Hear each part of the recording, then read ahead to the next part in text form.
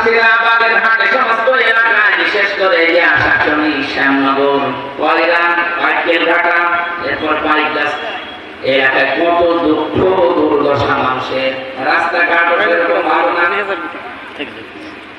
এসেছে নাকি আমাদের কি এমপি সাহেব ও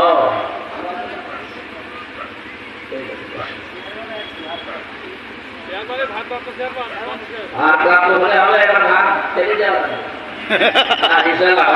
থাকবে না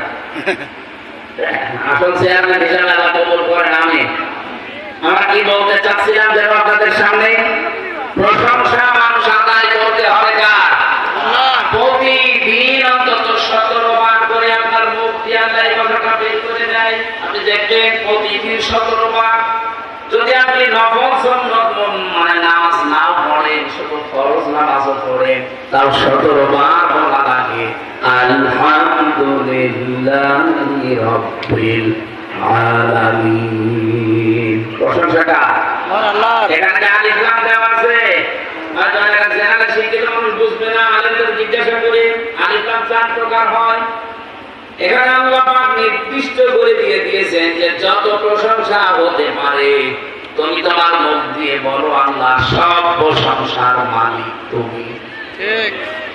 এমনকি আমি দেখেছি কাবা শরীফে মানুষ যখন যায় যে কাপড়টা পরে যায় ওদের মনে করি আমরা যে গ্রামের কাপড় না ওটা কাপড়ের কাপড় মানুষ তো আমরা মরে গেলে তাকে ধোয়ানো গোসল করানো এরপরে কাপড়ের কাপড় পরাই আর আমি হামজা নিজেই পরে গেছি এরপরে নিজে কাপড়ের কাপড় মানে এহরামের কাপড় পরেছি ওটা আসলে কাপড়ের কাপড় এটা পরার পরে আল্লাহর ঘরের দিকে চারিদিকে বারবার বলি মানে কি যে আল্লাহ আমি সব ছেড়ে দিয়ে এসেছি তোমার পেছনে ঘুরতেছি এক নম্বরে বলা হয় লাব্বাইক আল্লাহ আমি কিন্তু উপস্থিত হয়ে গেছি তোমার দরবারে আল্লাহ বলেন দাঁড়া কোথায় সেই বাংলাদেশ 6000 কিলোমিটার দূর থেকে এসেছি মক্কায় আমার ঘরের কাছে এসে বলছি লাব্বাইক ঠিক আছে দাঁড়া তোর নাম আমার হাসিয়া খাতায় আমি লিখে নেব কিন্তু এক নম্বরে ধরে বলা লাগবে যে আমি মুশরিক না লাব্বাইক আল্লাহুম্মা লাব্বাইক লা শারীকা লাক লাব্বাইক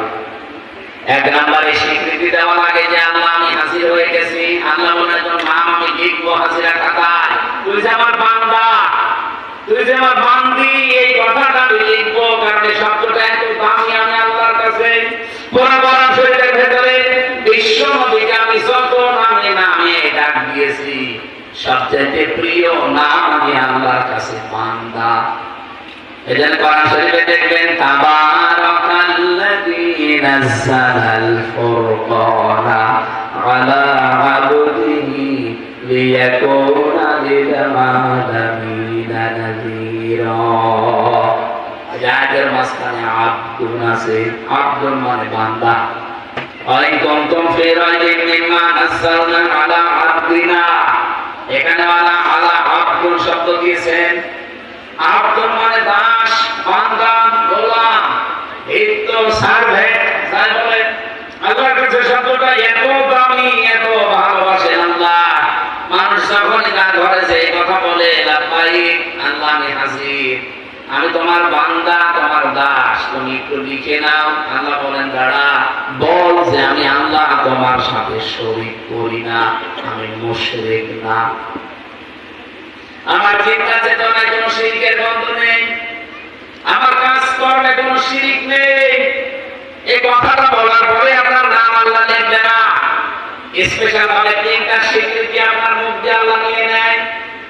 এক নম্বরে বলা লাগে ইন্নাল হামদা হামদের আগে আলিফ লাম এর আগে আছে ইন্না আল্লাহকে আপনি নির্ধারিত করে বলছেন ইন্নাল হামদা অবশ্যই যত প্রশংসা আছে দুনিয়াতে আজকে থেকে আমি আর কারো প্রশংসা করব না সব প্রশংসা আমি তোমার জন্য দিয়ে দিলাম এতটুকু বলার পর আপনার নাম হাসিয়া খাতায় উঠবে না 2 নম্বরে বলা লাগে নিয়ামত আল্লাহকা যত নিয়ামত তুমি আমাকে দিয়েছো এই নিয়ামতগুলো আজকে থেকে আমি তোমার জন্য ব্যয় করব ক্ষমতাটা নিয়ামত কার আল্লাহ বলেন সুস্থ আছি এর নিয়ামত কার? দিন দিন আমার শরীরের অঙ্গ প্রত্যঙ্গ গুলো সব আমার হাতছাড়া হয়ে যাচ্ছে। কখন যে চুল পেকে যায় আমাকে বলেন না, কখন যে দাঁত মুড়ে যায় আমাকে বলেন না, চামড়া কখন ঝুলে যাচ্ছে আমাকে বলেন না। বলে বলে বলে দিন দিন আমি একটা জগতের দিকে এগিয়ে যাচ্ছি। রব্বুল আলামিন আমাকে স্মরণ করিয়েছে যে এই যে সেই কয়দিন সুস্থ আছো এটা কিন্তু একটা নিয়ামত। এই নিয়ামতটা কাজে লাগাবে, আমার জন্য এটা বড় আগে নিয়ামতটা লাগা। 3 নম্বরে বলা হয় আল মুলক। হে আল্লাহ, আমি যদি রাজ্য রাজনীতি দুনিয়াতে কিছু করে থাকি, আমি কথা দিয়ে গেলাম এখন থেকে তোমার জন্য করব। কত গুরুত্বপূর্ণ কথা আমি 3টা আল্লাহর সামনে বলে টের পান। আমার মাঝে মাঝে আজ বাংলাদেশের বিভিন্ন নেতাদের বক্তব্য শুনলে আফসোস লাগে, আল্লাহ এরা অধিকাংশ হাসি বলে এসেছে কি আর করছে কি।